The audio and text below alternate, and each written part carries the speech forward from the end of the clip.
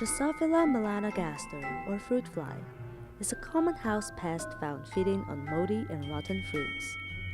While usually considered a nuisance, they have a special role in science. As one of the first organisms used in genetics and the first animal sent to space, it has been studied for over a century and is one of the most researched organisms in science. So, genetics in the past was mainly done in fruit flies. That's why Drosophila is so common, that it was the organism in which most of the early biology was developed, and it's quite known in that sense. So how a fruit fly works is documented in quite detail. Around late 1800s, Charles Woodworth began breeding fruit flies in large quantity to study genetics. Later on, works of Thomas Morgan, which earned him the Nobel Prize, established the significance of fruit flies as an important model organism in contemporary genetics. Drosophila is an excellent model because it's translucent. It does not have hemoglobin, for instance, so you can visualize proteins with great detail. Besides the fact that it's small and translucent, it's easy to modify. Over 60% of known human disease genes have a recognizable match in fruit fly genome. They have been used extensively to model the mechanism of several human diseases. Here in BioCity, the scientists are searching for the link between advanced aging and its correlation to genetics through the fruit flies.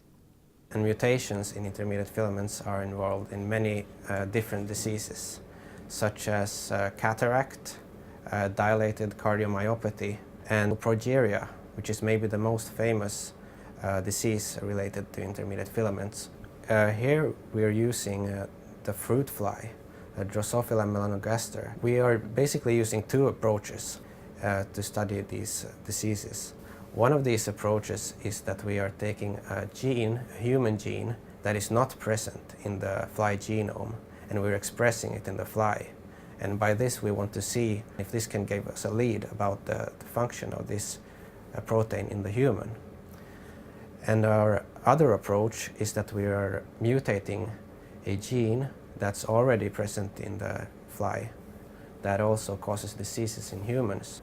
And we want to see how that mutation affects the fly. Scientists have been using fruit flies in the study of several human diseases, including Parkinson's disease, Alzheimer's disease, diabetes, autism, and progeria, among others. Studies conducted using fruit flies help us understand better the framework of how our genetics works. Studies done on the brain's rewarding system through reinforced behavior shows that sex-starved fruit flies resort to alcohol consumption. In another study, scientists have evolved a generation of fruit flies with the ability to count.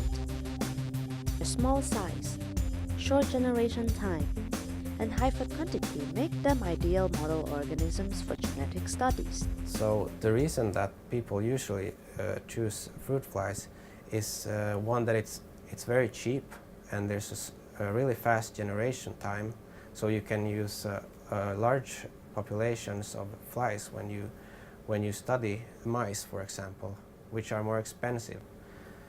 And also most of the cellular functions that we are interested in humans, they are the same in Drosophila.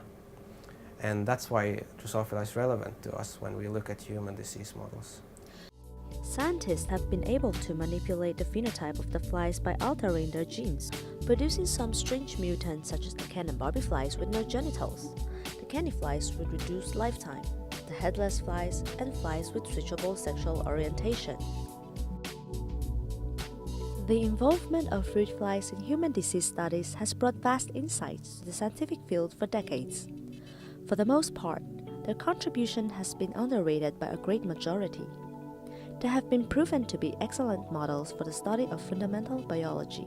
We want a simple system where we can kind of set the ground rules, how life works. We can take that knowledge and develop a pharmacological approach to help humans in diseases that they suffer from.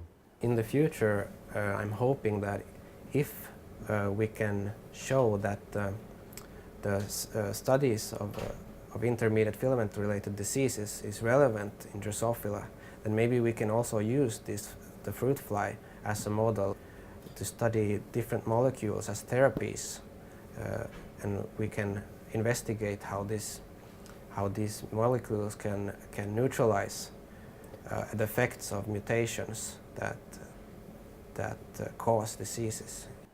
When we are looking at these fundamental processes of life, that doesn't change too much. The biology is rather conserved in that field. So whatever works in men, works in mice, works in flies. There are currently over 7,000 scientists worldwide using fruit flies as a model organism to get a simpler representation of a more advanced system. Fruit flies have long established their importance in the study of genetics, and their significance in scientific research cannot be overestimated.